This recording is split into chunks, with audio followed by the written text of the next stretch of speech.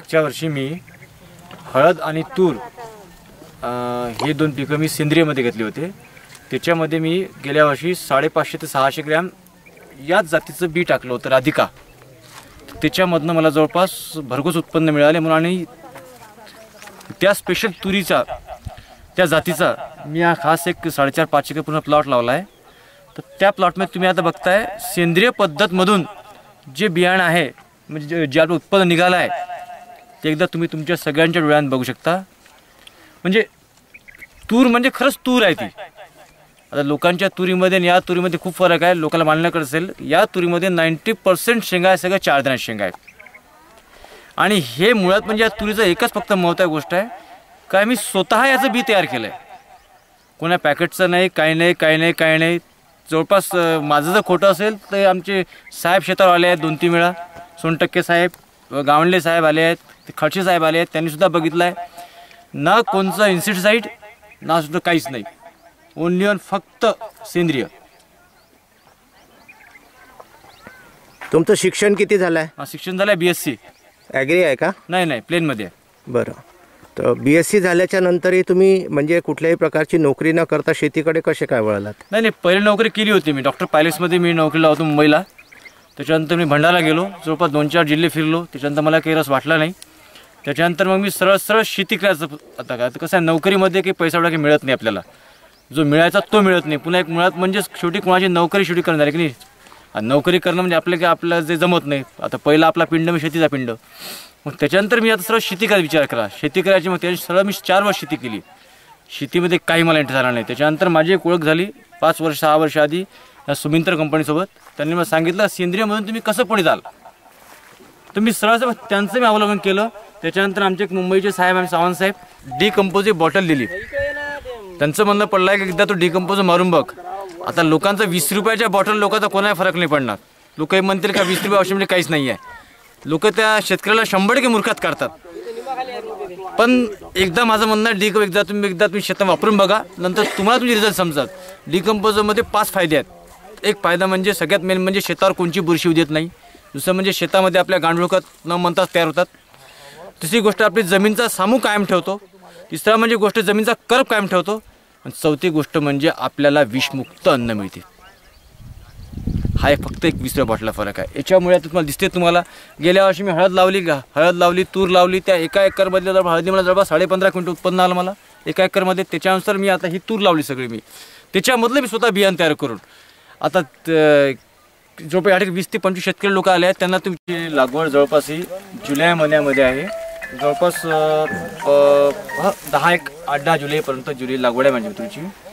आता जनरली लोक सोयाबीनमध्ये ज्या तुरी पेरतात ते जनरली लोक 1 तास तूर पेरतात सोयाबीनमध्ये कोणीही। मी या तुरीमध्ये 2 तास तूर पेरली। 2 तास तूर पेरण्यामागचं कारण 2 आहे का ती तूर ज्या पेरतो त्यावेळेस आपण त्या तुरीची सोयाबीन मशागत होत नाही 1 तासाला, 2 तासाला संपूर्णतः मशागत होते। आता मशागतीवेळी आमचे बाळूधाय होते, कुठे आमचे बाळूधाय होते, आमचे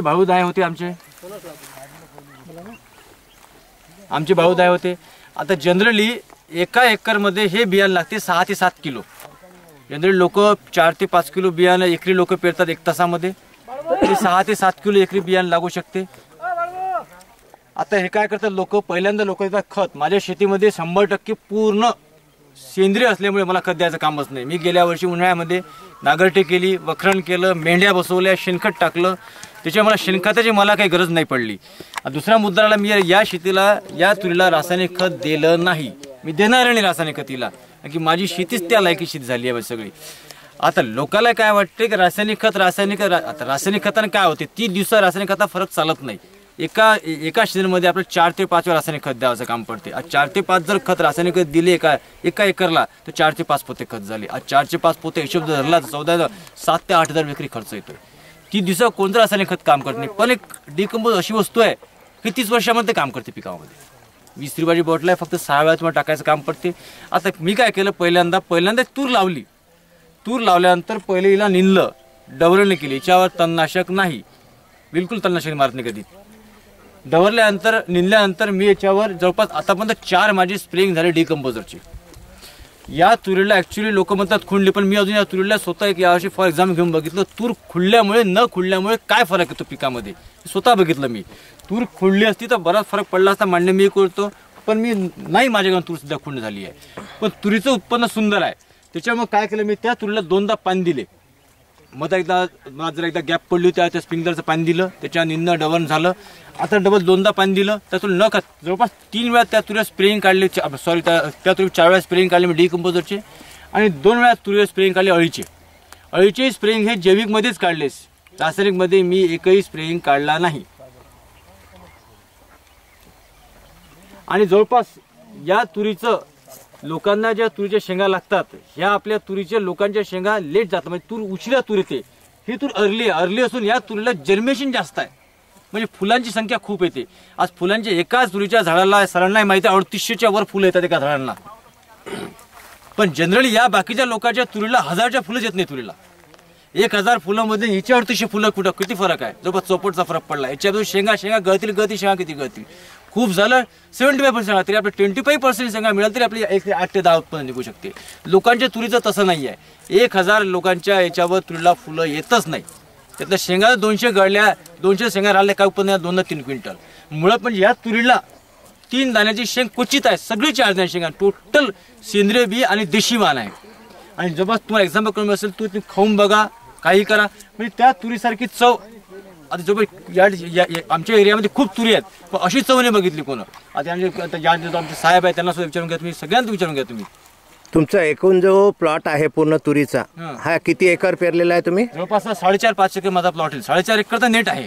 आणि या 4.5 एकर तूर पेरणे आणि तिची मशागत करणे आणि ती घरापर्यंत येईपर्यंत तुमचा जो अपेक्षित खर्च आहे तो किती आहे? हा अपेक्षित खर्च माझा सोयाबीन घरचं, शेणखताचा विषय, आपला रासायनिक खताचा विषयच नाही. सगळं सोयाबीन घरचा ट्रॅक्टर पेरायला सगळे पैसे घरच वाचले. तुरीचं बिया नाही घरचं, तिला खत नाही, तिला डिकम्पोजरचे आतापर्यंत मला 14 किलो गुळ लागला. 14 किलो गुळ लागला, 20 रुपयाची बॉटल लागली. फक्त मारायच्या मजुऱ्यात ते तर तुम्ही काही केला तेव्हा तुमचा शेवटी खर्च येणारच आहे. खर्च तो काही विषय राहत हो, पण एकंदरीत जर समजा असा आपण विचार केला तर तो साधारणतः आतापर्यंतचा तुमचा म्हणजे पेरण्यापासून तर घरी जाईपर्यंतचा एकरी खर्च किती निघेल? खूप झालं, हार्डली 5000च्या वर खर्च मला येत नाही. म्हणजे साधारणतः 25,000 रुपये तुमचे 5 एकराचे खर्च होतील. 5 एकर 25 खर्च होते बरोबर. तुमची तूर ही घरी जाईपर्यंत, आणि त्याच्यातून मिळणारं जे तुरीतून मिळणारं जे एकरी उत्पन्न आहे ते किती राहणार आहे अंदाजे? आज मला त्याच्यामध्ये सगळ्यात म्हणजे मला एकरी 6.5-7 पोती सोयाबीन पिकलं मला एकरी. हा तर माझा निव्वळ नफाच झाला. आता याच्यामधून कमीत कमी एकरी किती सोयाबीन पिकलं? 6.5-7 क्विंटल. 7 क्विंटल. त्याची अंदाजे किंमत किती होते? आज 728,000 रुपये एकर. 28,000 रुपये एकर पर एकर नाही, मी म्हणून राहिलो एका क्विंटलची सोयाबीनची किंमत किती होते? 4,000 रुपये. असे 7 क्विंटल म्हणजे एका एकरामध्ये तुम्हाला 28,000 रुपयाचं उत्पन्न झालं. ओके. आणि जवळपास नाही म्हणता तूर 8 ते 10 क्विंटल पर्यंत तूर, 10च्या वर पण आपण 8च धरली, 8 क्विंटल आरामशीर तुरू शकते. म्हणजे 8 सकम 48 50 तूर होती मला. म्हणजे तुम्हाला साधारणतः 50 क्विंटल तूर होईल आरामशीर, डोळे मिटून. तुरीचा एकंदरीत सध्याचा भाव काय आहे तुमच्या? 54च्या वरच तूर चालू आहे. 54च्या वर, कारण गव्हर्नमेंटचे भाव 54-55 बांधलेत भाव. 25 लाखाची तुम्हाला तूर होईल? नाही 25 लाख नाही, 2.5 लाख. 2.5 लाखाची. 2.5 लाखाची तूर आणि 28 म्हणजे 5-15 1.5 लाखाचं ते असं 5 एकरामध्ये तुम्ही 4.5 ते 5 लाखाचं उत्पन्न फक्त 25 रुपये खर्चामध्ये. म्हणजे घरी काढण्यासहित आलं सगळं. ते जो आपल्याला जो खर्च लागतो रासायनिकचा, तो रासायनिक खर्च नाही माझ्या शेतीला काही. सगळा जो खर्च डिकम्पोज आणि सगळं रासायनिक आपलं सगळं सेंद्रिय शेणखत झालं, आपलं गांडूळ, आपलं शेणखत, मेंढ्या बसवणे, हे सगळं कीटकनाशकाचा खर्च वाचला. सगळं आमचा सगळा खर्च वाचला. सोनटक्के साहेब, आपण तालुका कृषी अधिकारी आहे, मंडळ कृषी अधिकारी आहे. एकंदरीत ज्या शेताला आज आपण अभ्यास दौऱ्याच्या निमित्ताने जी भेट दिलेली आहे धनंजय देशपांडे यांच्या शेताला, काय वाटतं तुम्हाला हे तुरीचं उत्पादन कसं आहे आणि यांनी जो प्रयोग केलेला आहे त्याच्याबद्दल आपलं मत काय आहे? मला अतिशय समाधान वाटते आणि प्रेरणादायी पूर्ण तालुक्यातील लोकांना, शेतकरी लोकांना पाहून काहीतरी कृतिशील बनावं आणि विशेषतः सेंद्रिय शेतीकडे वळावं, डिकम्पोजरचा उपयोग करावा आणि ते डिकम्पोजरचा उपयोग कसा करतात हे प्रत्यक्ष येऊन धनंजय देशपांडे यांना विचारून करावं. जेणेकरून आपण आपल्या कामात सक्सेस होऊ.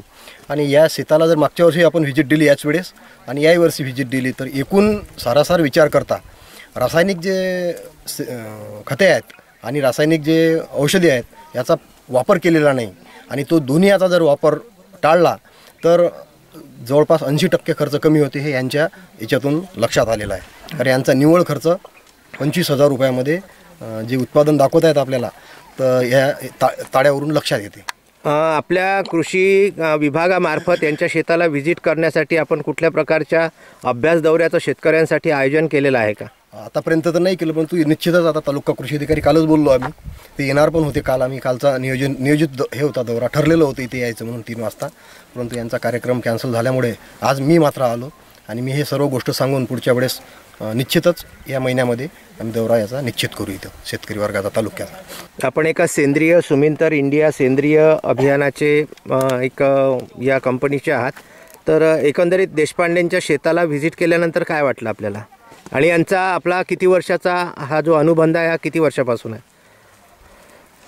आमचे सुमिंतर इंडिया ऑर्गॅनिक ही कंपनी गेल्या 2006 पासून या 5 जिल्ह्यामध्ये काम करत आहे आणि धनंजय देशपांडे हे आमच्यासोबत 2006 पासून जुळलेले आहेत.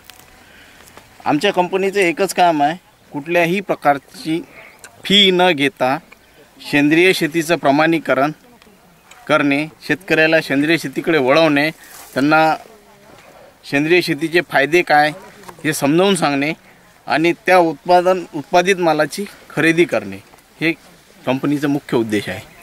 आणि निसर्गाचा समतोल राखणे, इवन माणसा जे आरोग्यावर जे दुष्परिणाम होतात रासायनिकचे ते कमी करण्याकरता कंपनी खूप मोठ्या प्रमाणात प्रयत्न करीत आहे. असं आमचे कंपनीतर्फे प्रत्येक एरिया वाईज आमचे एम्प्लॉई आहेत. एम्प्लॉई वारंवार शेताला व्हिजिट करतात, शेतकऱ्यांना मार्गदर्शन करतात.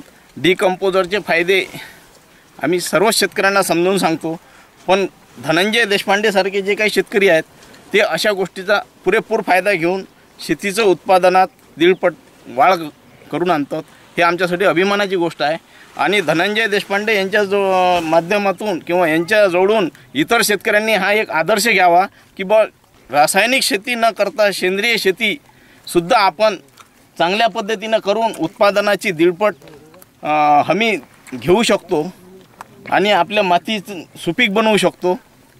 आपल्याकडे पूर्वी पण आपण शेती करीत होतात, पण आज जैविक तंत्रज्ञानाच्या माध्यमातून आपले जे चिरंजीव आहेत धनंजय यांनी जी शेती केलेली आहे, तर पूर्वीची तुमची शेती करण्याची पद्धती आणि आज जी शेती ते करतायत ही पद्धती याच्यामध्ये काय फरक आपल्याला वाटतो? आणि गेल्या अनेक वर्षापासूनचं उत्पादन आणि या वर्षीचं उत्पादन याच्यामध्ये काय तफावत जाणवते? ते कसं असतं, पूर्वी काय होतं, पूर्वी रासायनिक खतं नव्हते, फवारे नव्हते. आता 5-7 ते पण जमीन वाहायची आणि 50,000 पीक घ्यायचं, म्हणजे त्या फवारे नाही, खतं नाही, बियाणं चांगलं. आता काय झालं की नवीन बियाण्याचा वापर केला, नवीन चांगल्या बियाण्याचा, खतं आहेत, औषधं आहे, फवारे आहे आणि वेगवेगळ्या लोकांची भेट घेऊन त्यांनी प्रत्येक सल्ला म्हटलं घेऊन चांगला. आता जो काळ आहे हा आणि त्या काळामध्ये पुष्कळ फरक आहे. आता कसं आहे की आता यावेळेस म्हणजे तेवढं ते पहिल्यासारखं नाही राहिलं. पहिले कसं एका एकरामध्ये 1 क्विंटल कापूस, आता एका एकरामध्ये 10 क्विंटल कापूस होऊन राहिला. म्हणजे फरक किती पडला उत्पन्नामध्ये. त्यावेळेस आम्ही 4 ते 5 ज्वारी आणि 4 ते 5 पराठी पेरत होतो, तर 2 खंड्या ज्वारी आणि बंडीभर कापूस झालं आमचं उत्पन्न. 7 टिपणीला 8 टिपणीतलं. आता 8 एकरामध्ये तेवढं 8 टिपणीत नव्हतं होतं, तेवढं 8 एकरामध्ये होऊन राहिलं आम्हाला. म्हणून म्हणतो की त्यावेळेच्या आणि आजच्या काळात जर पाहिलं तर जमीन अस्मानचा फरक आहे. धनंजय देशपांडे यांच्या या शेताला आपण जी भेट दिली त्याच्यानंतर तुम्हाला काय वाटते एक शेतकरी म्हणून? धनंजय देशपांडे साहेबांचे आणि यांचे संबंध बरेच दिवसाचे आहेत आणि त्यांच्या शेताला राऊतसाहेब आणि आम्ही नेहमीच भेट देतो आणि की त्यांच्या मार्गदर्शन किंवा आम्ही काही सांगतो, सुचवतो आणि ते त्याप्रमाणे ऐकतात. पण त्यांची शेती आम्ही गेल्या वर्षापासून पाहून राहिलो, जैविक शेती एकदम सुंदर रीतीने त्यांनी अशी शेती केलेली आहे. आणि सध्याची सद्यस्थितीतली जी तूर आहे त्या तुरीच्या पिकाला पाहून काय भावना आहेत आपल्या? अशी तूर म्हणजे आमच्या या भागात नाही, समजा कारंजा तालुका, मंगरुळपीर तालुका या भागात बिलकुल नसणे, अशी तूर दिसत नाही, कुठंच नाही दिसत. आता आम्ही फिरायचंच काम करतो, पण अशी तूर नाही साहेब. धनंजय देशपांडेंचं जे शेत आहे जिथे आपण सध्या आहोत यांच्या तुरीला पाहून आपल्याला काय वाटतं नेमकं, आणि आपण शेतकरी आहात का? मी शेतकरी आहे, माझी मुंबईला नोकरीसुद्धा आहे. मी महिंद्रा अँड महिंद्रामध्ये सिनियर मॅनेजर आहे ट्रॅक्टर डिव्हिजनला. दर 15 दिवसाला मी इकडे चक्कर मारत असतो आणि गेले 8 वर्ष मी इकडे शेती करत असतो. माझी स्वतःची आंब्याची बागायत आहे. मी यांना 4 वर्षापूर्वी वेस्ट डिकम्पोजर वापरायचा सल्ला दिला. वेस्ट डिकम्पोजर हे नॅशनल सेंटर फॉर ऑर्गॅनिक फार्मिंगनी तयार केलेलं एक कल्चर आहे. त्या कल्चरमध्ये गाईच्या शेणातले 3 बॅक्टेरिया जे उपयुक्त असतात ते त्याचं मिसळून केलेलं कल्चर आहे. त्याला फक्त 1 ड्रम पाण्यामध्ये 1 डबी टाकून त्यात 2 किलो गूळ घालून 8 दिवस जर मुरवलं तर ते फर्मेंट होऊन बॅक्टेरियाची वाढ होते. ते मिश्रण जर आपण जमिनीत घातलं तर जमिनीचा पोत बदलतो, जमीन सुपीक होते, उपयुक्त बॅक्टेरिया जमिनीला मिळतात. त्या बॅक्टेरियामुळे नायट्रोजन फिक्सेशन आणि इतर चांगल्या गोष्टी घडायला मदत होते. त्याचे 3 प्रकारे वापर करायचा मी यांना सल्ला दिलेला होता. तो ते गेले 4 वर्ष पाळत आहेत आणि सुदृढ पीक घेत आहेत. एक म्हणजे आपण जमिनीमध्ये टाकू शकतो.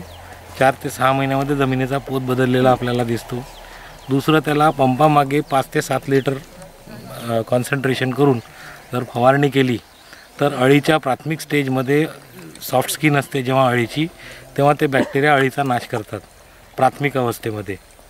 आणि तिसरं म्हणजे जेवढा पालापाचोळा असेल वाळलेला तो 1-1 टनाचा ढीग करून आपण जर आठवड्यामागे 20 लिटर त्याच्यावर शिंपडलं आणि 60% आर्द्रता मेंटेन केली तर 45 ते 60 दिवसात ते संपूर्ण पालापाचोळ्याचं खतात परिवर्तन होतं आहे. ते खत आपल्याला शेणखतापेक्षाही जास्त उपयुक्त पडेल, कारण त्यात बॅक्टेरियाचं पर्सेंटेज जास्त असतं. ते प्रयोग धनंजय करतायत आणि यशस्वीरित्या करतायत. बघून मला फार आनंद झाला. मी गावातसुद्धा सल्ला दिला आहे. ज्यांना कोणाला हवं असेल मी त्यांना सॅम्पलवरती 1-1 डबी देतो. बाकी ही डबी ॲमेझॉनवर पण उपलब्ध आहे. हा काही प्रायव्हेट मोठा बिझनेस नाही, हा केंद्र सरकारचा उपक्रम आहे आणि हे ॲमेझॉनवर सुद्धा सहज उपलब्ध आहे. नॅशनल सेंटर फॉर ऑर्गॅनिक फार्मिंगचं वेस्ट डिकम्पोजर ते वापरल्याचे परिणाम आपण बघत आहोत. भरघोस पीक आहे, जमिनीचा पोत बदललेला असतो. ही देशपांडे धनंजय यांनी बाळेगाव कारंजा तालुका किंवा वाशिम जिल्ह्यामध्ये त्यांनी उत्कृष्ट सेंद्रिय शेती म्हणून जवळपास 2-3 वर्षापासून प्रयोग करीत आहे. आणि याच्या अगोदर मागच्या वर्षी हळद आणि तूर घेतली होती सेंद्रिय शेतीमार्फत. आणि यावर्षी त्यांनी राधिका ही तूर त्यांनी बियाणं स्वतः तयार करून त्यांनी स्वतः आपल्या शेतात एक नवा उपक्रम जनतेसमोर किंवा शेतकऱ्यासमोर त्यांनी सादर केला. आणि जवळपास सर्व तालुक्यातील आणि परिसरातील लोक ही तूर कोणत्या प्रकारची आहे आणि सर्व शेतकरी ही बघण्याकरिता त्यांच्या शेतामध्ये आवर्जून पाहण्याकरिता येत आहे.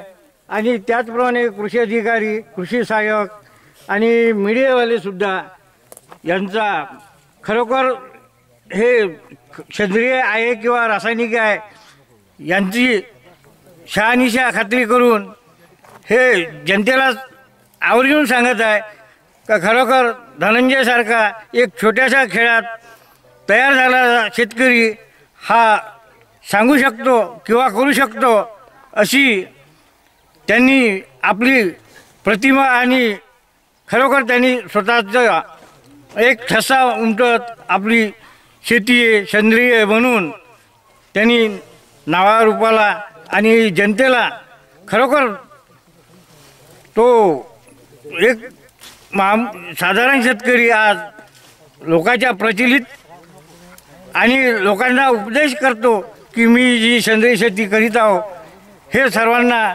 माझं पाहून तुम्ही करा आणि तुम्ही माझ्यासारखे उत्कृष्ट शेतकरी बना, असं त्याचं सांगणं. जय हिंद, जय भारत. मी सर सुमिंतर इंडिया ऑर्गॅनिक या कंपनीचा फील्ड ऑफिसर असून धनंजय हा माझ्यासोबत 2007पासून कंटिन्यूमध्ये जुळलेला आहे. सेंद्रिय शेतीची त्याला आवड असल्यामुळे त्यांना डिकम्पोजर, जीवामृत, दशपर्णी आणि घरगुती औषधी ज्यामुळे पर्यावरणाची हानी होणार नाही, शेती सुधारणार नाही, यासाठी मी त्याला प्रत्येक वेळेस मार्गदर्शन केले आणि त्यानं त्या मार्गदर्शनाचे काटेकोरपणे पालन करून त्यांनी मी सांगितल्याप्रमाणे सुमिंतरच्या ग्रुपसंग जुळल्यामुळे त्यांनी खूप चांगल्या प्रकारे शेती केली आणि या चांगल्या शेतीचं आज फलित दिसून राहिले की बाहेरगावचे एवढे लोक म्हणजे आज फील्ड व्हिजिटवर आले आहे आणि प्रत्येकाच्या तोंडून खरंच सेंद्रिय शेती ही काळाची गरज असून याचे फायदे प्रत्येकालाच आहे. प्रत्येक जीवनमानाची सुधारण्यासाठी त्याचे फायदे होते. कमी खर्चात जास्त उत्पन्न कसे मिळेल हे सेंद्रिय शेती तुम्हाला सांगू शकतो. तुम्ही राधिका नावाचं जे याचं पीक आहे तुरीचं, हे मागच्या वर्षी लावलेलं आहे असं त्यांनी सांगितलं. एकंदरीत काय अनुभव आहे तुमचा? मी मागच्या वर्षी अनुभवासाठी 10 किलो तूर घेऊन गेलो होतो आणि यंदा 1-1.5 एकरामध्ये ती टाकलेली होती. पर जे रेग्युलर लावणारी तूर आहे आणि या तुरीमध्ये एकदम मला फरक वाटला.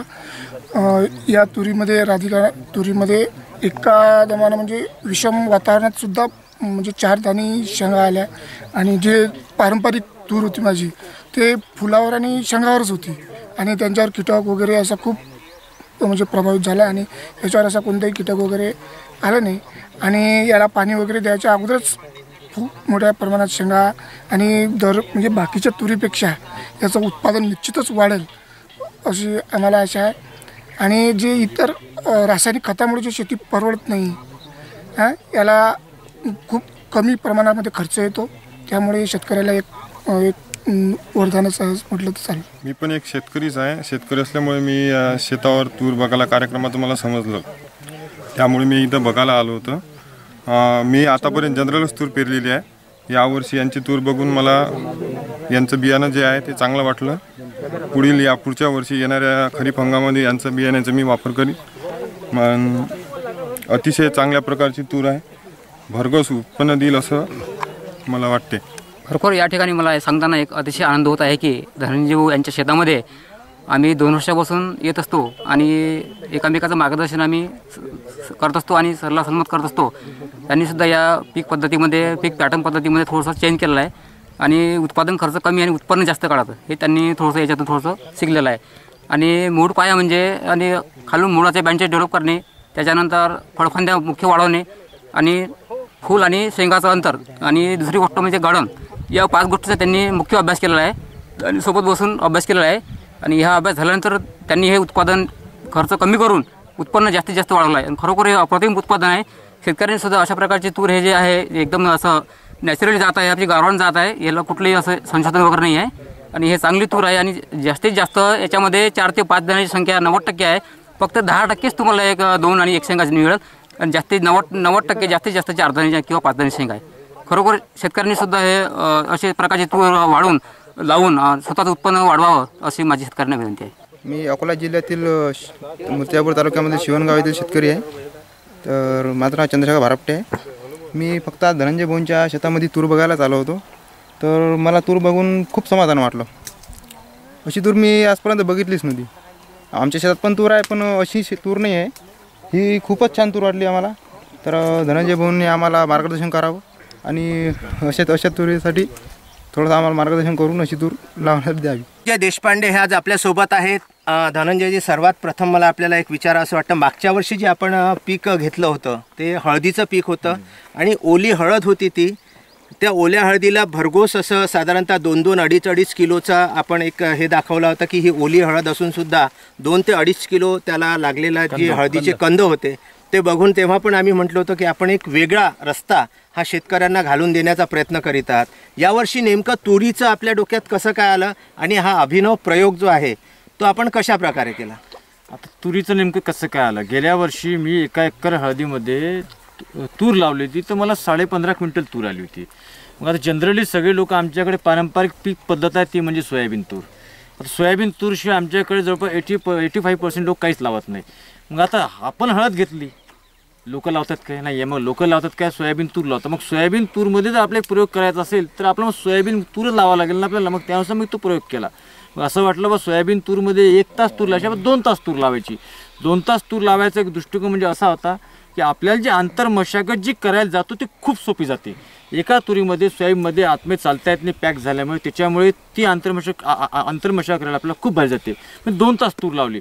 मग आता जनरल लोक आमच्याकडे अदरवाईज दुसऱ्या कंपनी कोणी बिया लावतात, कोणी पारंपरिक बी लावतात, कोणी काही करतात. मी आणखी असा एक विचार केला की आमच्याकडली जी शेती आहे ती शेती आहे एकदम अति पाण्याची, म्हणजे पाणी असलं तर पिकेल, नाही तर पिकतच नाही. आणखी हा विचार केला, पावसाळा असतो 2 महिने, 2 महिन्यात तुरीला फुलं येत नाहीत. मग लेट जर पीक फुला येणारे पीक आपण त्याच्या ही जर माझी तूर अर्ली जर तूर लावली तर आपले उत्पन्न जास्त येईल, म्हणून हा एक डोक्यात अभिनय प्रयोग घेऊन मी सोयाबीन तूर लावलं. आता सोयाबीनच्या लोक जनरली बॅगा आणतात विकत. मी मूर्ख सांगतो, मूर्खपणा कधी करायचं नाही, सरळ सरळ घरचं बी सोयाबीन पेरायचं.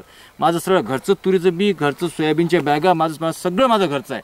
मग मी तूर लावली तर असा एक विचार केला का माझी ही जी राधिका तूर आहे ही अदर क्रॉपपेक्षा ही माझी ही तूर अर्ली व्हरायटी आहे. अर्ली व्हरायटीमुळे असल्यामुळे आमचा जो हा पट्टा आहे, आमच्या पट्ट्याला याला म्हणतात कडक काळी शेती. पाणी जास्त झालं तूर जळून जाते, पाणी कमी झालं तुला शेंगाच लागत नाही. आपल्याला त्या मधामध्ये मला एक चालायचं होतं, तर मग त्यानुसार डोक्यात विचार घेतला की आपल्याला या तुरीपासून आपल्याला उत्पन्न जास्त मिळेल.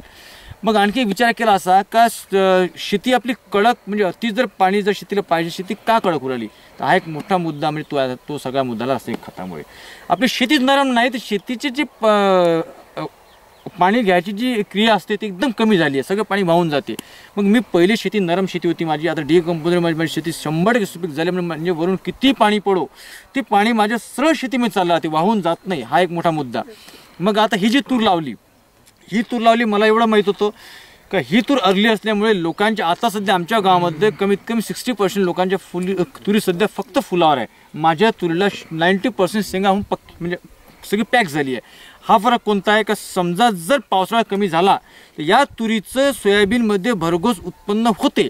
भरघोस उत्पन्न झाला म्हणजे आमच्याकडली शेती 85% सगळी शेती आहे सोयाबीनवर.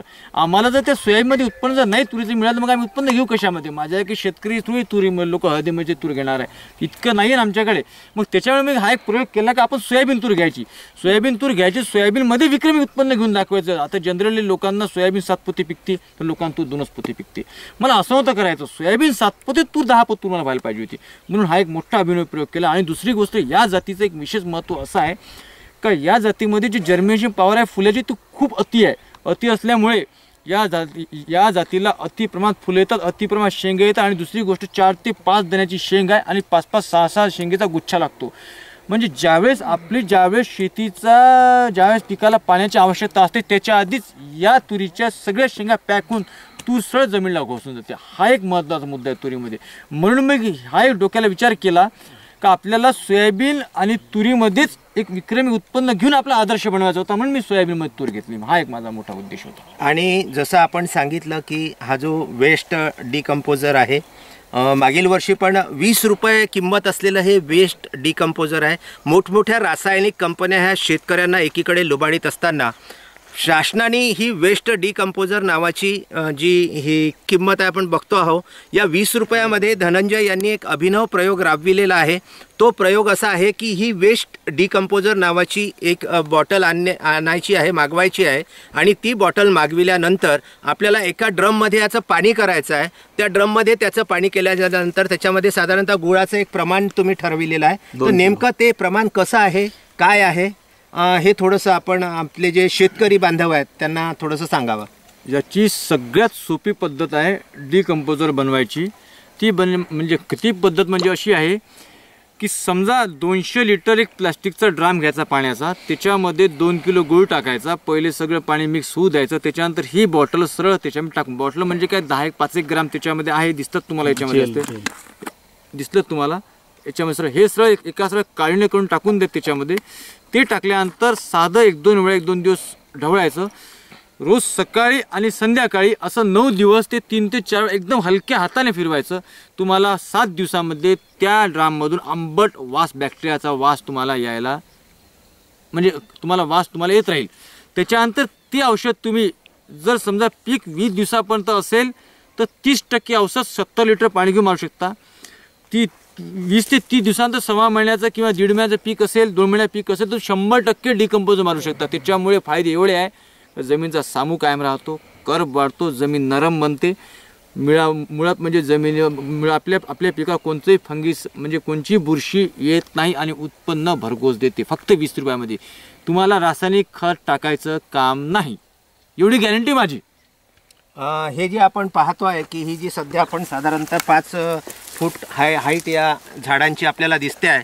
हे 5 फूट झाड जे आहे ही याची जी वय आहे सध्याचं हे किती महिन्याचं आहे?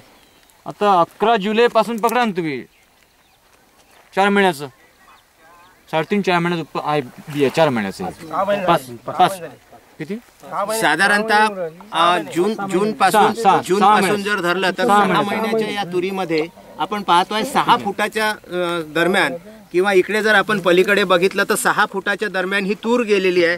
आणि या 6 फुटाच्या तुरीला साधारणतः एका झाडाला किमान 3800 ते 4000 शेंगा असाव्यात. आणि प्रत्येक ठिकाणी आपण पाहतोय की ह्या ज्या शेंगा आहे ह्या शेंगा ह्या चारही कुठेही आपल्याला 1 दाणे किंवा 2 दाणे दिसत नाही आहेत, तर साधारणतः 4 दाण्यांच्या ह्या शेंगा आपल्याला भरघोस सगळीकडे लागताना दिसतात.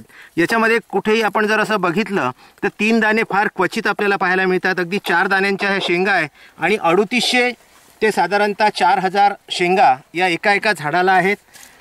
एका झाडामधूनचं उत्पन्नच म्हणजे एका एकरापासून जसं आपण सांगितलं की 7 ते 8 क्विंटल असू शकते.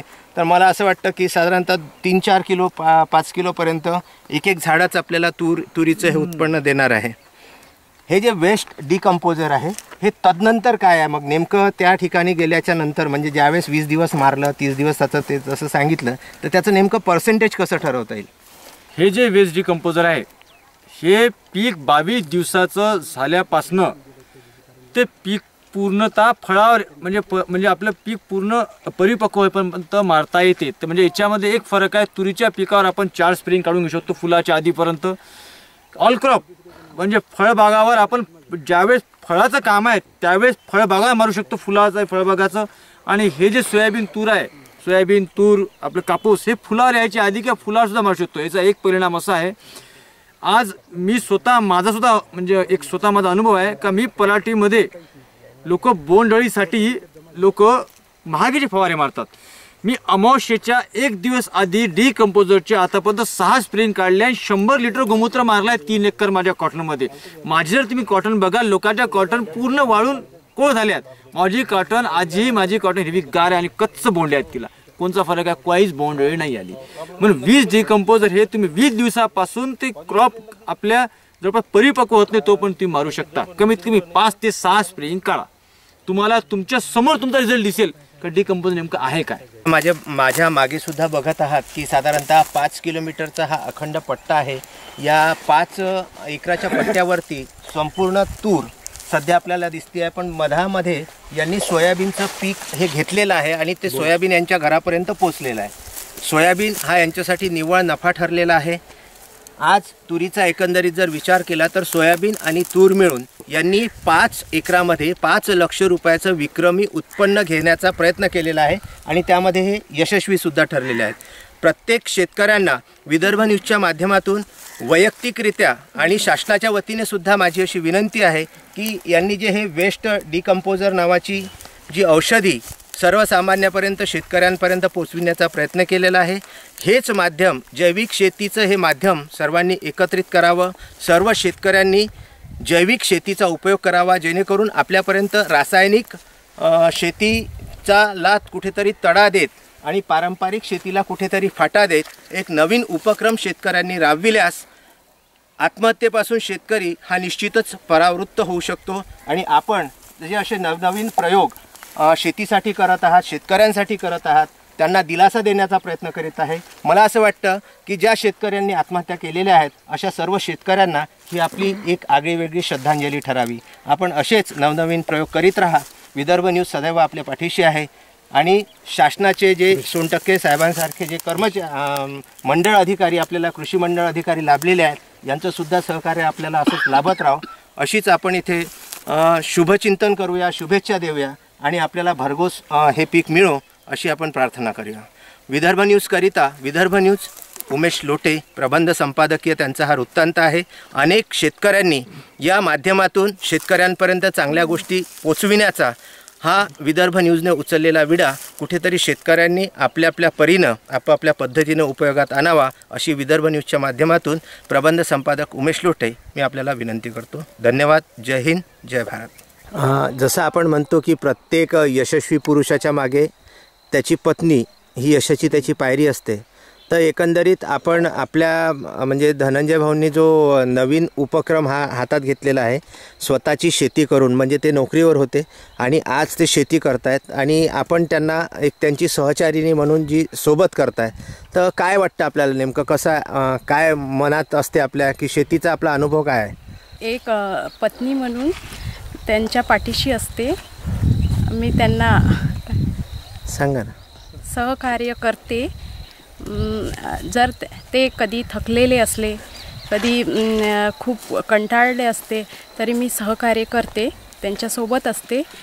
मी कधी कधी शेतात वगैरे येते, खूप छान शेती वगैरे दिसते, मला पण खूप आनंद होते. काकू, आपल्या मुलाची शेतीतली प्रगती पाहून एकंदरीत काय वाटते तुम्हाला? मला खूप आनंद होतो आणि असं वाटतं त्यांना वेळेवर प्रत्येक वेळा अशी प्रगती करावी, कशात तरी त्यांना अजून हे वाढवावं सगळं. आणि ज्या म्हणजे मुलगा नोकरी सोडून शेती करतो आहे, तर त्याच्याबद्दल तुम्हाला काय वाटते? मुलगा नोकरी सोडून शेती करत आहे, ते एकदम खूप आनंद होत आहे मला. आणि त्याच्यात त्याची प्रगती, बरीच प्रगती आहे, खूप प्रगती केली त्यानं. आमच्या वेळेला जे होत नव्हतं ते त्यानं आता सुंदर छान केलेलं आहे. मी ते अगदी आनंदी आहे त्याच्या बाबतीमध्ये, कारण इतकी प्रगती नोकरीमध्ये करू शकला नसता आणि एवढा पैसा पण तो नोकरीमध्ये मिळू शकत नव्हता. मिळू शकत नव्हता. शेतीमध्ये त्यांना म्हणजे वेगळं स्थान निर्माण केलं. तो पहिल्यांदा एका कंपनीत काम करत होता, पण त्याला म्हणलं कंपनी, तो म्हणजे मी शेती करतो, म्हणलं शेती करशील तर अशी काही शेती करते जेणेकरून तुझं नाव झालं पाहिजे सगळीकडे. तो पण ठीक आहे, मग मी जरा ट्रॅक्टर घेऊन दिला आणि तेव्हा तो शेतीमध्ये लागला, करायला लागला. पण शेती त्याला इतकी वेळ तशी केली की त्याला खरोखर नाव लवकर. आणि आम्हाला त्याच्यामध्ये हे नाही, आम्ही त्याला जसं घडल तसंच त्याला मार्गदर्शन करतो. अभिमान वाटतो आम्हाला त्याचा, असं काही हे नाही आहे. आनंद वाटतो सगळ्या गोष्टीमध्ये आणि सगळं त्याच्या कर्तृत्वावर तो करून राहिला. काही कोणाच्या मध्ये नाही, आधी नाही, आपलं घर बरं, आपलं शेती बरं, याच्या पलीकडे तो कुठल्याही बंधात पडत नाही, भांडणीत पडत नाही. याच्यामुळे त्याचा अभिमान खूप वाटतो आम्हाला. जरी आम्हाला घरामध्ये जरी काही थोडीशी होत असेल कुणकुण, तरी आम्ही तेवढं सांभाळून, आम्हाला त्याचा अभिमान आहेच, खूप खूप अभिमान आहे आम्हाला, आनंद वाटतो. काय असते की आपला ब्राह्मण समाज जो आपला आहे हा सगळा असते 90% नोकरीमध्ये राहतो, शेतीमध्ये फार कमी आहे. असंच एखादा माणूस 5-10% लोक फक्त आपल्या शेतीमध्ये राहतात, पण त्या शेतीमध्ये राहून तेवढ्या ब्राह्मण समाजातून एक विशिष्ट नाव कमावणं म्हणजे हे एक महत्त्वाचं कारण आहे. कारण हा धंदा आपला नाही आहे, शेती धंदा कुटुंबाचा आहे, व्यवसाय नोकरीचा ब्राह्मणाचा आहे.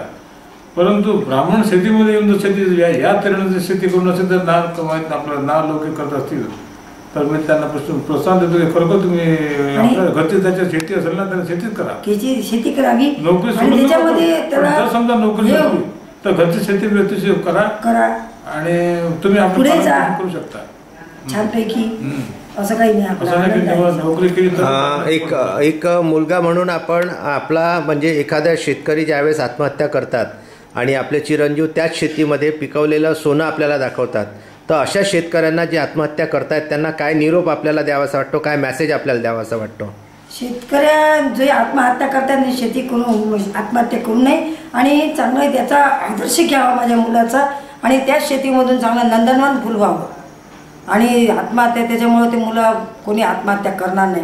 हे आत्महत्या करून केल्यापेक्षा असं त्याच्यामध्ये मेहनत करून उत्पन्न काढा, तर त्याच्यामध्ये हे होईल, तुमचं प्रगती होईल सगळ्या गोष्टीची.